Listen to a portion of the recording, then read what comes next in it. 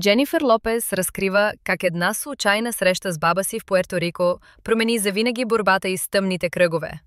За 18 години латинозвездата харчила огромни суми за ексклузивни кремове за очи от $800, филари под очите всеки 6 месеца, най-добрите козметолози в Ню-Йорк.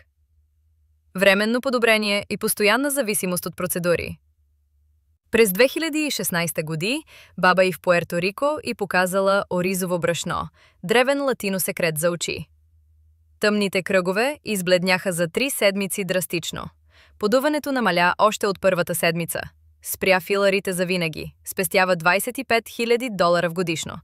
Кожата под очите стана стегната и гладка. Фотографи питат: какъв филтър използваш?